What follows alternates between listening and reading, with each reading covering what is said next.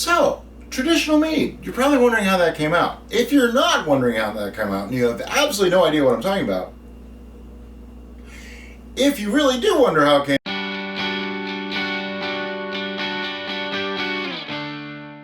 hi, I'm Brian. I'm Derica, and you're watching City Steading. To learn to grow and brew, and to take control of your food, hit subscribe now. And don't forget to like or comment on this video, or do both. Ooh.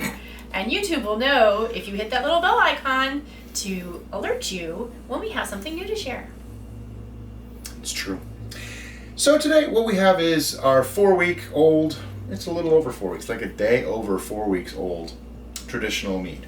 And that was the one that we made the tea for and all that kind of stuff. You can see it's not done. But what we're going to do is what we like to do. We're going to rack it over. It's been a month. Get it off the lease and put it into secondary fermentation, right? And then we're going to taste it. And we're going to bring Derica's dad back in, and all three of us are going to sit and taste it. We're expecting it to taste okay, but I think it's going to taste a little bit harsher than maybe some other stuff has, just from the looks of it. It looks it. But anyway, so first things first, I'm going to take the airlock out. Now, as usual, we have already used our handy red bucket to sanitize everything you see here. And the paint can, that's a problem. The paint can is optional. You do not need a paint can. We're still waiting for our friend Ben to design. And it's raining. And it's raining. You can probably hear that. Happy Columbus Day. Yeah. So our friend Ben is going to make us a special racking rig thing. And contraption. We're contemplating on sharing that process with you. Yeah, you might see a video on it. But okay, today, we're using get that about halfway a in. paint can. And first thing we're going to do is take a reading, like we always do. So as I was saying about the pre-sanitization, if you're unfamiliar with our sanitization process, It smells nice. you can check that out right there. Now that I have my test tube filled, drop in my hydrometer. This is actually quite surprising. It's at 1.044. That means a couple things. Lower. Where's the brake section? It could mean a couple things. It could mean that we have reached the level that the yeast just cannot do anymore.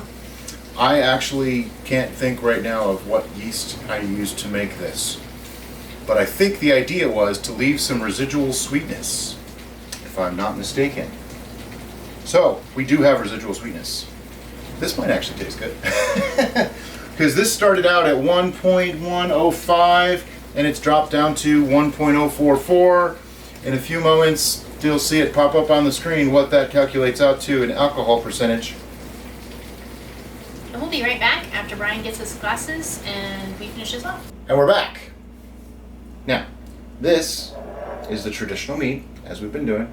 It's been racked. I didn't actually degas our samples. You are not seeing things.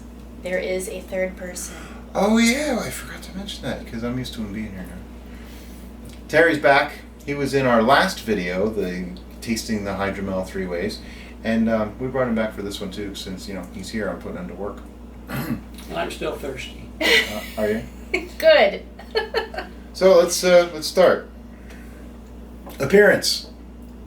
Cloudy as Kind of milky. yeah. It's only 4 weeks old, and this is a pretty strong mead in the end. It should be like 11-12%.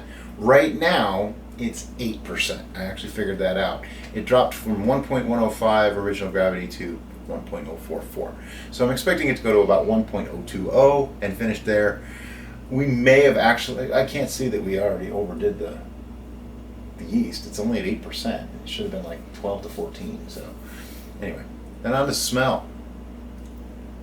Shockingly enough, and I hope you're sitting down, it smells like mead.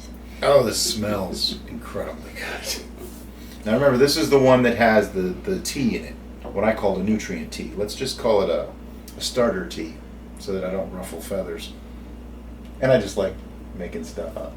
Anyway, that starter tea had a little orange peel in it, it had raisins in it, and it had some black coffee in it. So there's tannins, there's acids. Tea. Black. Did I say coffee? He has coffee on the mind. He's the big time coffee drinker. I'm the big time tea drinker. I've converted him. He is slowly converting me. So, yeah. I don't like tea with coffee in it. No, this has tea in it. But anyway, so it smells really great. Getting a lot of honey. I even get the citrus. They're so anxious.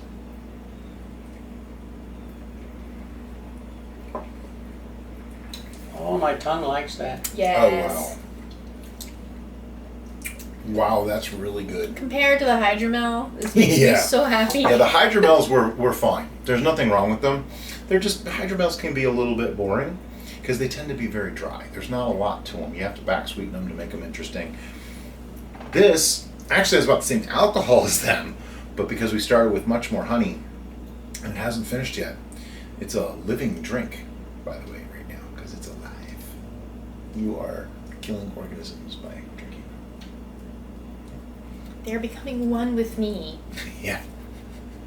This tastes wonderful, though. I'm getting a little tiny hit of the citrus, but not a lot. And I think what Dad meant by saying that it makes his mouth or tongue or whatever happy is that it definitely has that almost velvety honey sensation. It tastes thick. It's like my tongue is taking a bath. I don't want to swallow it. You can hold it in your mouth for a while. That's a tasting technique. You Yeah. just let it kind of fall over your tongue and stay there for a while. What's nice about it is it's very velvety. It's thick. It has a viscosity to it. And then you do get a little bit of the acid, and the tannins are definitely there. This is incredibly well balanced. I thought it was going to be overly sweet. It's not overly sweet. It's maybe a touch, just a little bit. But I think the tea Has balanced that back. is giving you some subtle nuances in there, so it's not just honey alcohol. Oh yeah, it's not. I mean, It's more I than get that. the alcohol taste in Yeah. this too. Like I'm almost wondering if I actually I read get it now. I like to put honey in my tea. This is putting tea in your the honey. honey. It's amazing. When I let it sit, the honey flavor is so rich in there without being like you took a mouthful of honey. And then I get that alcohol, not a burn, but you can definitely taste that little bit of alcohol to it.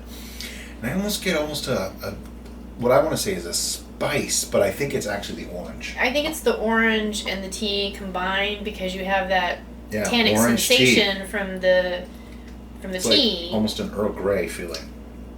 Right, because of the bergamot. Bergamot, yeah. Yep. This is really good. If you haven't tried making the traditional mead yet, do it.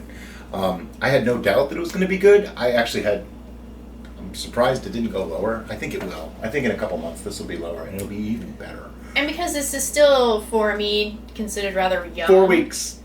I am shocked at how pleasant this is. I'm not getting that, what I like to term funk on the scent. I'm not really getting that at all. Yeah, there's no funk. Taste-wise, it's not harsh. This is totally drinkable. It's got that... It ain't pretty, but it's drinkable. But Oh, I think As we proved in another video. Daddy thinks it's pretty. You think it's pretty? you know, just because Okay. it's People like foggy, me to you be don't think it's clear. pretty? Yeah, people like me to be clear. In another video, we proved that clarity and cloudiness actually don't have any bearing on taste. And apparently I proved I can make a mead in 4 weeks. That's drinkable. Yeah. Without using any of those weird words that I can't pronounce. Is there anything else we need to say? I don't think so. I think we're good. I This am is happy. Make This this, is drink this. I do want to say one thing. Cheers. No, wait, before we do that. In about 3 months, we'll do or maybe 2 months, 3 months, we'll do the bottling. Once this clears, we're going to bottle it, and at that point we'll taste it again, and we'll try to remember what it tastes like now. We'll probably watch this video before we do that so we can remember. Anyway, cheers. Thanks for watching City Steading. We'll see you next time. Thanks, guys. Have a great day. Hey everybody, if you want to learn to grow and brew and take control of your food, don't forget to hit the subscribe icon down below and hit the little bell next to it. That way you get notified of everything we do. On set. Quiet on set.